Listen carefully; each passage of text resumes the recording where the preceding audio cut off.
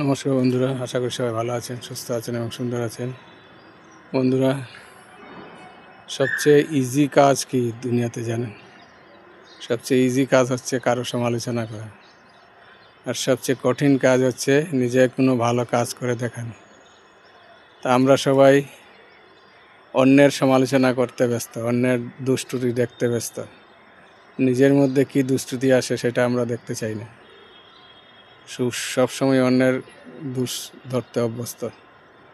ফলে যত প্রবলেম হচ্ছে লাইফে, তার বেশিরভাগ প্রবলেমের গোড়াই হচ্ছে এটা, আমরা অন্যের দোষ দেখি, নিজের দোষ দেখি না।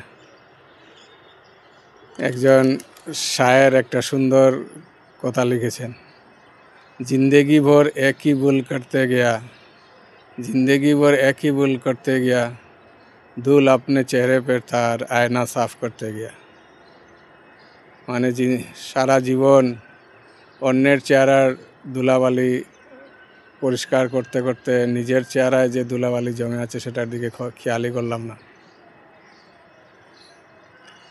কাজেই আমরা যদি আমাদের নিজের মধ্যে যত দোষ ত্রুটি আছে সেগুলি শুধরাতে চেষ্টা করি, তাহলে অন্যের দোষ ত্রুটি দেখার সময়ই আমরা পাব না। সুতরাং